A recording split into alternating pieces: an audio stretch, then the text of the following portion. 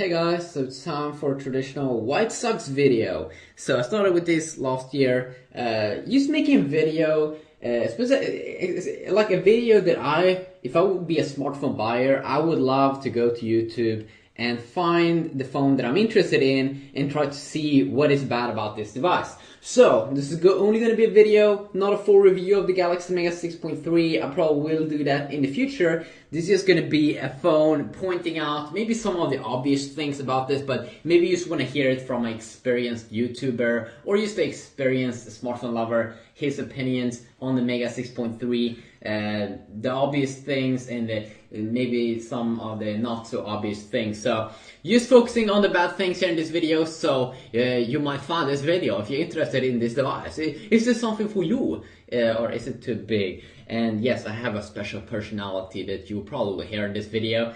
If you don't like it, you should probably change video. So the first thing here that could suck about this device is that this is a big boy. I mean, let's just zoom out. Could you see? I mean, I don't have big hands. I don't have big hands at all. But you can see how big it is. It's super big. It's insane. It's super big. Okay. Let's see here. When you use this device, what you will have to do with your hand, if you don't have insanely big hands, you will have to move your hand around. Like when I'm going to the top of the phone, I have to climb up here on the back side with my fingers, and you have to kind of get used to that. It's a big phone. Most of the times, you probably won't use it with one hand. Of course, when you look at things, and probably they have a one thing in the keyboard, so you can have it with one hand, so every button here goes on one of the sides. But still, it's a big phone, okay? It's a big phone. Now, I love big phones, okay? Me personally, I love big phones, but if you never used a big phone like the Galaxy Note series, no, okay. You should first check out the Note series and see if those are already too big for you. Then this is not gonna be something for you. This is big, especially when you type. You will use like two hands, okay? This is gonna be a power phone where you should will use two hands. For me, I don't have a problem with that, but if you do have, yeah, it's gonna be a problem. It's gonna be a problem. You're probably gonna hate this phone when you realize that, well, it's pretty hard. But I think that most people already know this. It's super big, okay? It's super big. But how does it stack up in size compared to the Galaxy Note? Well, I'll make a full review of that, comparing those phones. But from my experience, from what I found, I thought that this phone would feel insanely big compared to the Note 2. Now, coming from I started to use the original Galaxy Note, then went to Note 2, and then went to this, just to try it out here, and it doesn't actually feel that much bigger because it is thinner, but still, it's a big phone. But for me that doesn't have super big hands, I'm pretty impressed with still how you can actually use this device because it has rounded off sides. It has kind of like a better design than the Note 2 because of its thinner form factor and a little bit of an Galaxy S4 design here, especially on the sides, which I definitely do enjoy. My button here, when I have it holding it in my hand here, perfectly over here, I have my button here on turning on the display. Now they could probably put these buttons on the side a little bit longer down here, volume up and down keys, so you wouldn't have to move your hand up and down when you just want to control that little simple thing. But it's big, okay? It's a big boy. It's bigger than Note 2, but because of the thinner form factor, you can still maneuver the device actually, and that is the cool thing about this. Can you pocket it? Yes, I can pocket it perfectly in my pockets. I do see the phone a little bit from the top of my pocket, but no big deal. I can still pocket the device. Definitely pocketable if you don't have any special, probably skinny girl jeans or something. So let's continue on here. What is not so good also about this device, why it could suck, it doesn't have that much bigger battery. I mean, the phone is way bigger than the Note 2. That's 5.5 inch, this one's 6.3 inch, almost 1 inch bigger.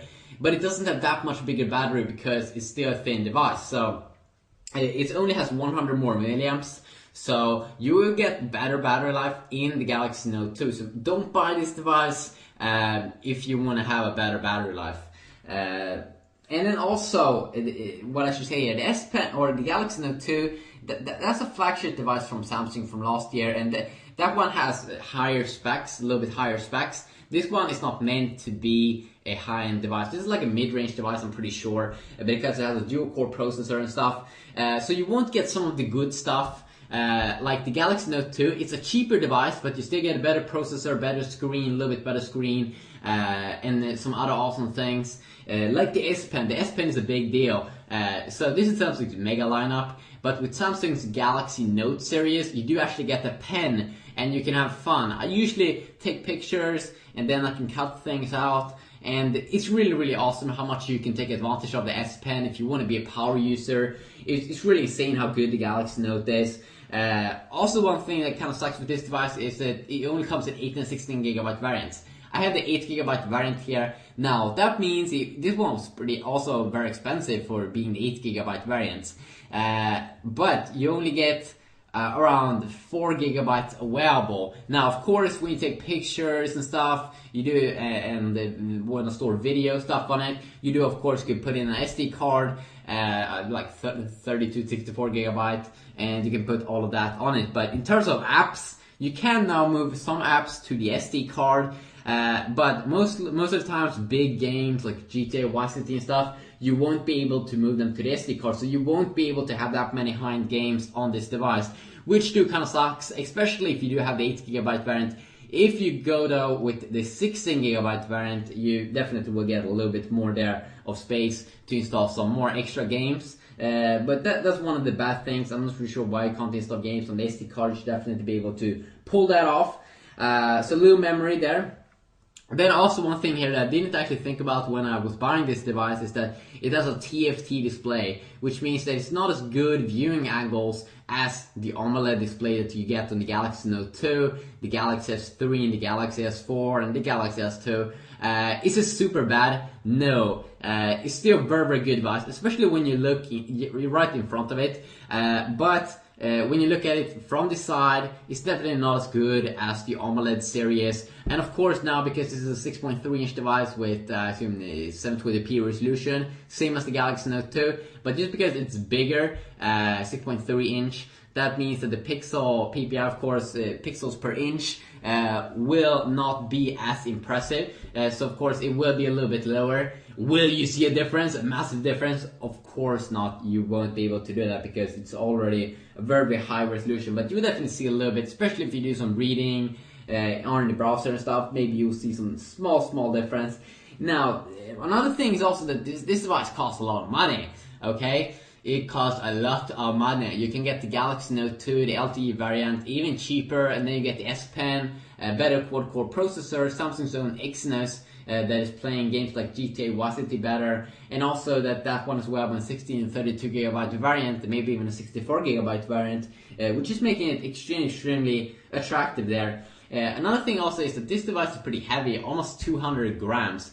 Now, I didn't really feel that of a big deal because the phone is so big in its size, I mean 6.3 inch, which made it feel that it doesn't actually feel heavier than the Galaxy Note 2, but it is heavier than the Galaxy Note 2. Another thing also is that you don't get as much RAM. You get 1.5 or 1.3 gigabytes of RAM here, while on the Galaxy Note 2, you do get a little bit more.